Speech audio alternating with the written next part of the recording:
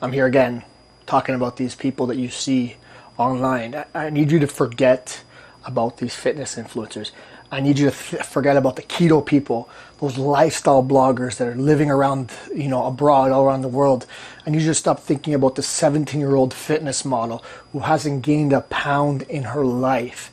What does she know about this goal for you? You need to forget about the Instagram fitness vlogger. Those exercises that they're doing does not equal those results. There's a disconnect there. I'm seeing what their exercises are, I'm seeing where they are, and they don't match up. Especially if some of the foods that they're posting.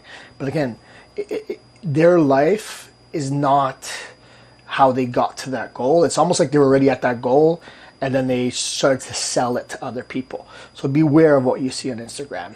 And that dude on YouTube who's like rented a car and rented a big mansion and all that, and making it seem that it's all about, reduce the amount of carbs you're having, or drink sparkling water, whatever he's saying. Like, these are people that you need to stop thinking about because they don't know what they're talking about. They're marketers. They're great at what they're doing in terms of marketing. They're great at capturing your emotion. They're great at convincing you that you need to follow what they're following.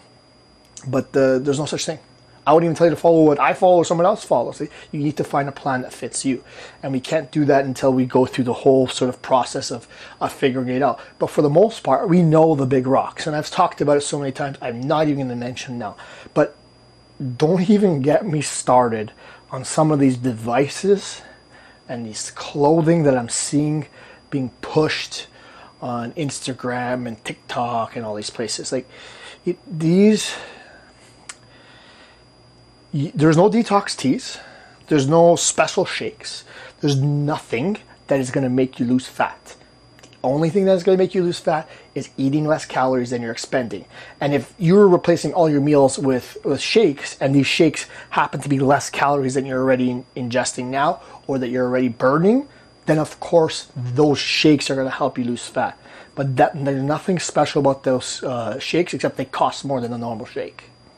And they get you hooked into something else. But there's that. There's the sauna suits. People wear these big ass suits where they're like covered up and they're overheating while they're doing cardio, and they feel like if I sweat, I'm gonna lose more weight. And it's technically right because you're dehydrating yourself, but there's no reason why you need to be doing that unless you're trying to make weight for some sort of a fight or some sort of a weigh-in of some kind. It is a shortcut method. It's not going to actually make you lose fat or anything, and it might make you look more toned or more like you've lost fat, but it's only really a factor of dehydration. Just as if when you wake up in the morning and you look a little bit more leaner than you did the night before, it's all dehydration. There's also the fact that these waist trainers that you see people wearing, they wrap them around and do cardio and all this magic stuff. They don't work.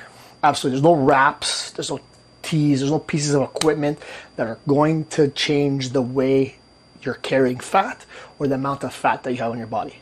The only machine is the one that you're running on that burns calories. Or if you're doing resistance training or a number of other things. But the whole point is that you've got to burn more calories than you're taking in. There's no shortcut. And unfortunately, you need to stop looking for the shortcut. And you need to stop believing the people selling you the shortcut.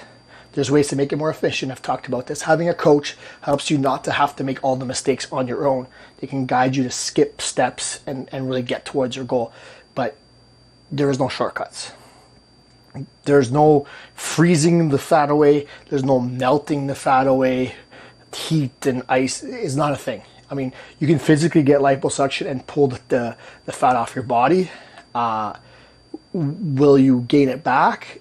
Most likely, if your habits don't change. Your habits have to change, and that's, again, calorie balance, the protein, the working out, the hydration, the sleep, all that stuff, right? You need to stop thinking about the shortcuts because there isn't any. You didn't get here overnight, and you won't go back overnight. Those shaking vibration machines, the shake weights, the special equipment that burns X amount of calories, the one where you're pedaling underneath your desk while you're working. Yeah, okay, they're going to burn like 5 extra calories. Congratulations. It's not the trick. It's not. But do some of these little things that you do throughout the day add up?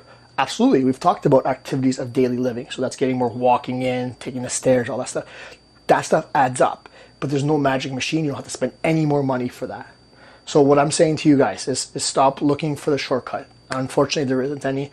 I've talked about it. If there was, I'd sell it to you guys. I'd get you hooked up on it. But there isn't any. So don't listen to anybody who's peddling any of this stuff to you.